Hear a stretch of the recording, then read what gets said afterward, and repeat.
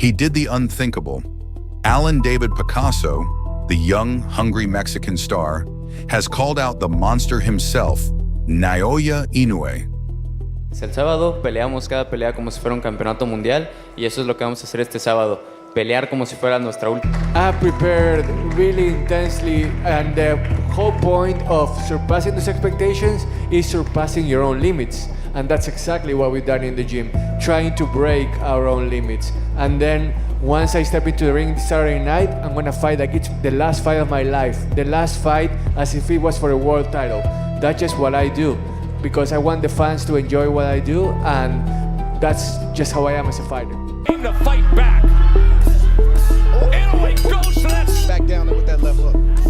There it is. Yep. So, three-punch combination. Goes back to the way. It's work from the monster. Uppercut. Body shot again.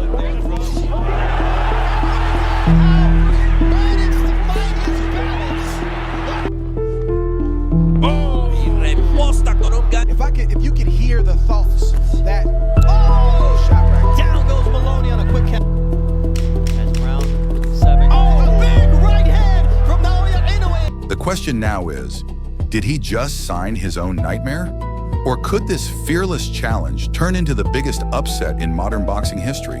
Naoya the Monster Inoue is back, and this time he's facing one of the most dangerous young lions in boxing. Alan David Picasso. Can the Mexican sensation shock the world? Or will Inoue remind everyone why he's the most feared fighter on the planet?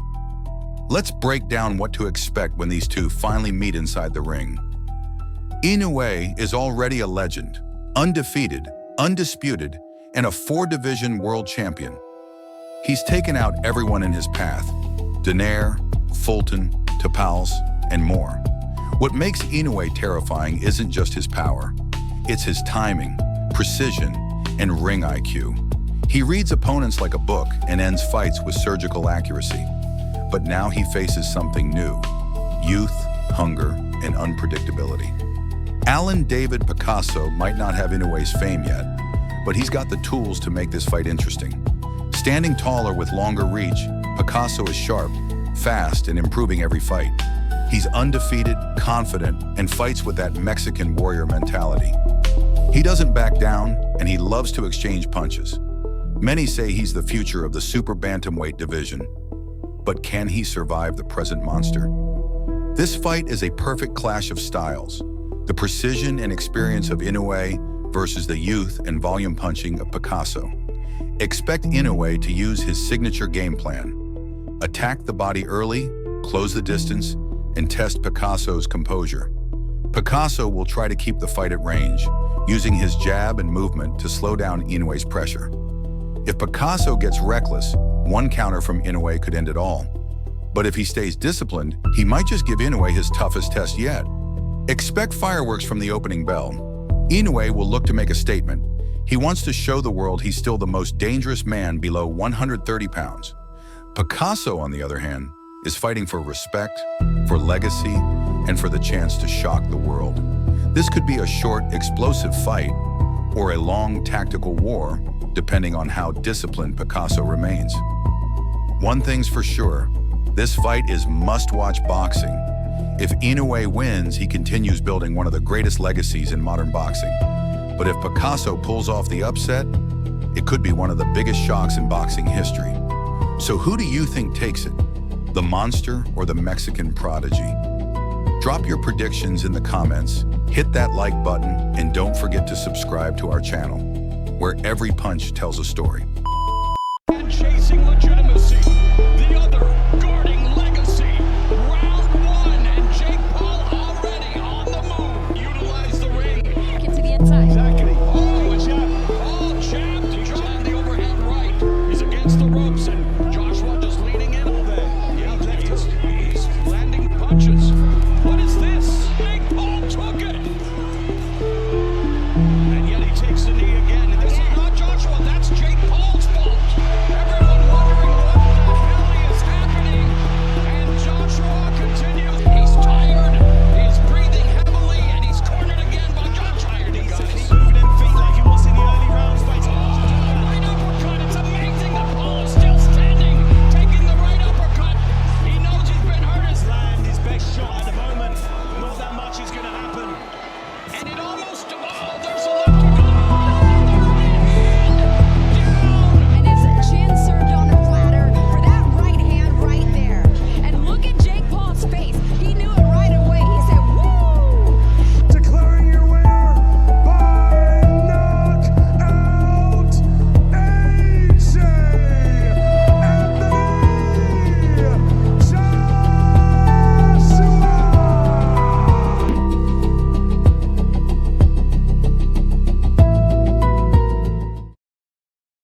This is the fight every boxing fan in Japan and the world has been waiting for.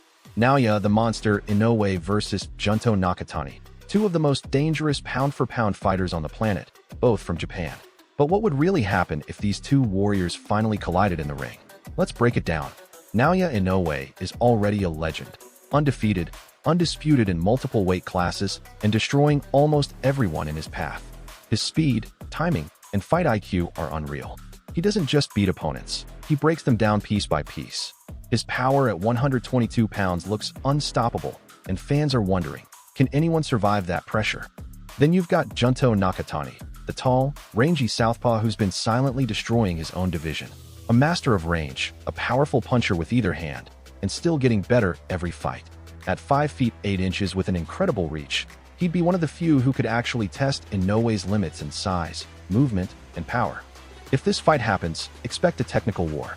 Inoue would look to get inside, cut off the ring, and land his devastating body shots. Nakatani, on the other hand, would use his jab and footwork to keep the monster at distance, trying to frustrate and counter him. But one clean shot from either man could change everything. Inoue's explosive right hand, or Nakatani's sneaky left hook could end the night early. For Inoue, the key is pressure, fast starts, body work, and breaking Nakatani's rhythm before he can settle in. For Nakatani, he must stay disciplined, use distance, angles, and don't trade early. If he can drag Inoue into the later rounds, his length and composure could shift the fight in his favor. This could be the biggest all-Japanese fight in modern boxing history. Two undefeated champions, both with knockout power, both representing the peak of Japanese boxing. Fans can expect fireworks, strategy, and maybe, just maybe, the moment where the monster finally gets tested like never before. So what do you think? Would Naoya Inoue's power be too much? Or would Junto Nakatani's reach and southpaw stance finally be the answer to the monster? Drop your predictions below, hit that like button, and don't forget to subscribe for more boxing breakdowns and fight simulations.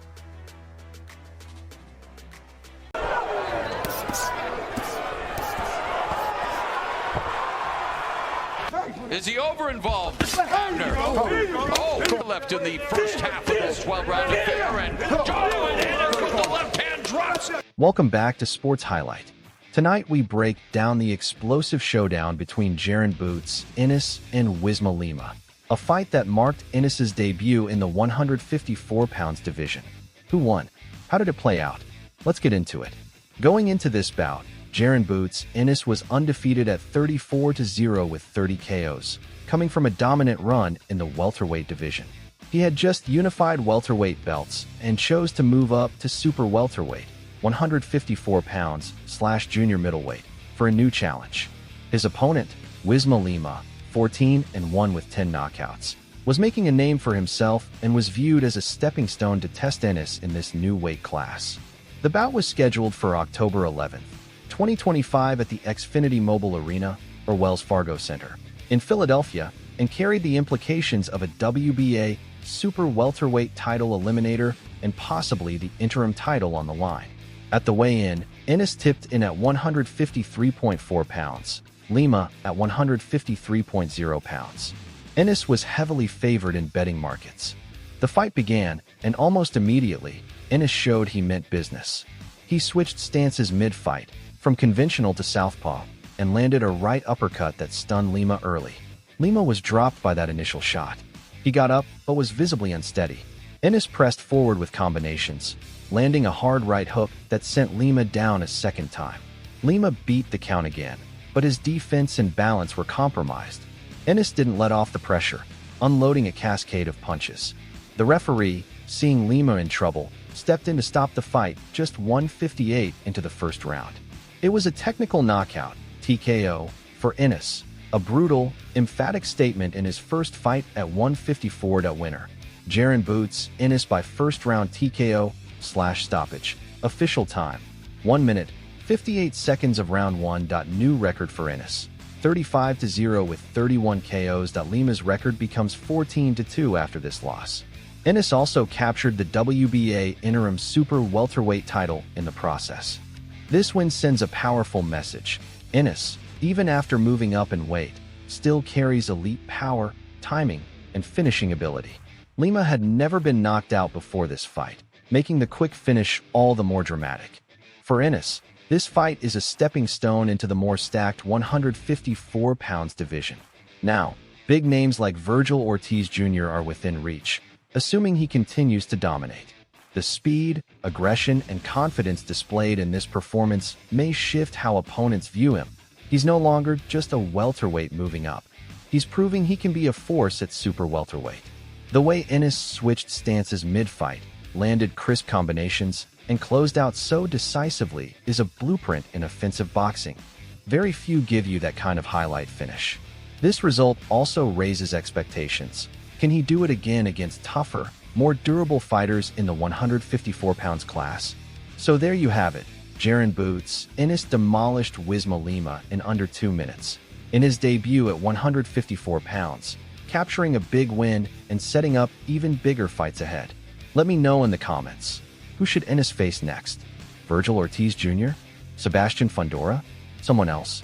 If you enjoyed this breakdown, smash the like button, subscribe, and activate notifications so you don't miss future fight analyses.